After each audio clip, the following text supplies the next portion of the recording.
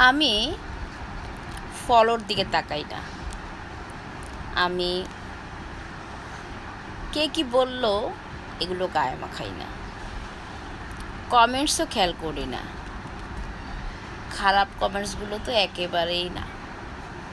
যদিও কেউ খারাপ কমেন্টস করে না, তারপরেও আমি শুধু কাজ করে যাই। কাজ আমার খুবই প্রিয়। কাজের মধ্যে থাকতে আমার খুবই ভালো লাগে। তো ফেসবুকে কাজ করতে হলে শুধু আপনার নিজের আত্মবিশ্বাস নিয়ে ক্রমশ সুন্দর করে কাজ করে যান। কে আপনাকে ফলো দিল, কে আপনাকে ফ্রেন্ড রিকোয়েস্ট পাঠালো, এগুলোর দিকে খেয়াল করার কোনো দরকার নেই। যদি আপনি চিন্তা করেন যে ফেসবুকে কাজ করবেন, দেখবেন সফলতা একদিন চলে আসবে। সফলতা আসলে অন্যকে দিয়ে হয় না, নিজের কাজ দিয়ে হয়। তো নিজের আত্মসম্মান রেখেই কাজটা করতে হবে। ফেসবুকে কাজ করি বিধায় কোনো আত্মসম্মান বোধ থাকতে নেই, তাহলে এটা ভুল।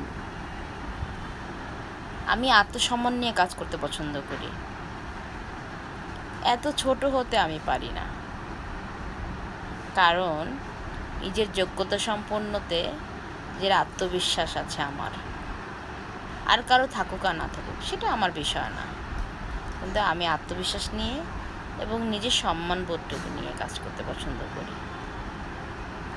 আর আমি আত্মসম্মান বোধ বলতে সম্মান, আমি যেখানে সম্মান থাকে না সেখানে আমি যুক্ত হই না। সম্মানটা আমার সবচেয়ে মেন গুরুত্ব। আমি যেখানে সম্মান পাবো সেখানে থাকব। অনেকের সম্পর্কের খাতিরে হয়তো বা সেখানে যুক্ত হই। যদি যেখানে সম্মান পাবো না, একটু কটু কথা শুনবো, আমি সেখানে থাকি না।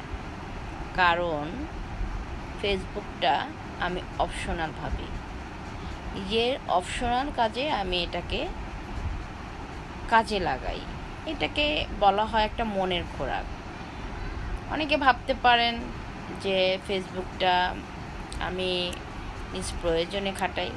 না, তো আমি নিজে সময়টা কাটানোর জন্য মনের খোরাক যেটা, সেটা আমি কাটাই। ভালো লাগে।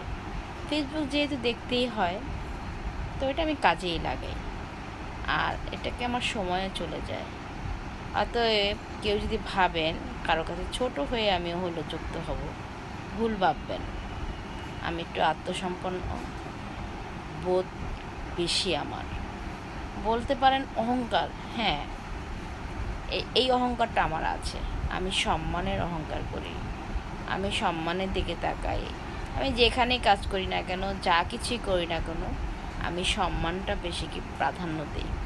যেখানে আমার সম্মান নেই, আমি কুঁড়ের ঘরে সেখানে আমি যদি সম্মান পাই, তাহলে আমি কুঁড়ের ঘরেও থাকতে রাজি আছি।